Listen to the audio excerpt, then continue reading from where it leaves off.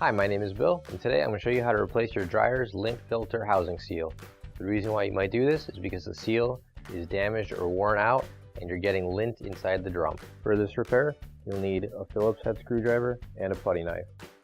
Warning: before doing any repairs, please disconnect your power source. This is our dryer model. It's a Kenmore. Now keep in mind that ours might be a little bit different than what you've got at home, but the same techniques should still apply. So we're going to start by opening up the door here, and we're going to take out the filter here and just get that out of our way. And now we've got to remove 3 screws that are holding this in. They're going to be Phillips head screws. Alright, now that those screws are out, this will come right off.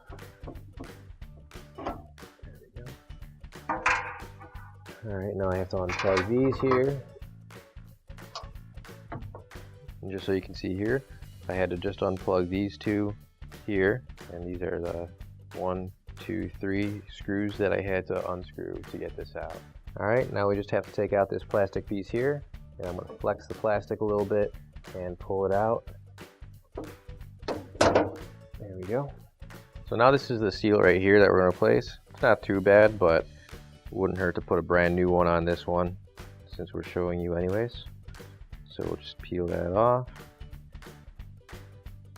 And now this isn't all necessarily going to come off by peeling it off. So after I do this, we're going to take a putty knife to it and scrape everything else off.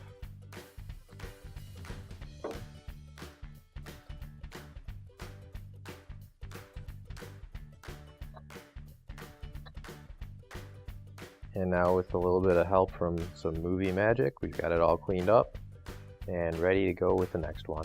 So now you can grab your new OEM replacement seal. If you don't have one already, you can find one on our online store. So now we just have to peel off this backing here and expose our sticky tape. And now we're going to carefully put the seal right on here and make sure that goes all the way to the end. And we're just going to stick everything right on there, just like the other one was. Push it down nice and tight. And it goes all the way to the end right there. So now we're going to make sure we insert this with the tab up and just slide the tab right into the slot right here. Wonderful.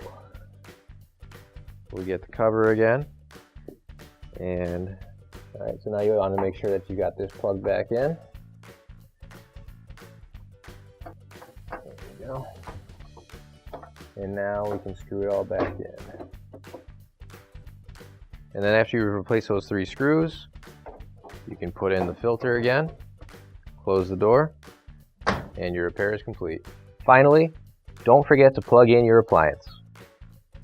If you need to replace any parts for your appliances, you can find an OEM replacement part on our website, PCApplianceRepair.com. Thanks for watching, and please don't forget to like, comment, and share our video.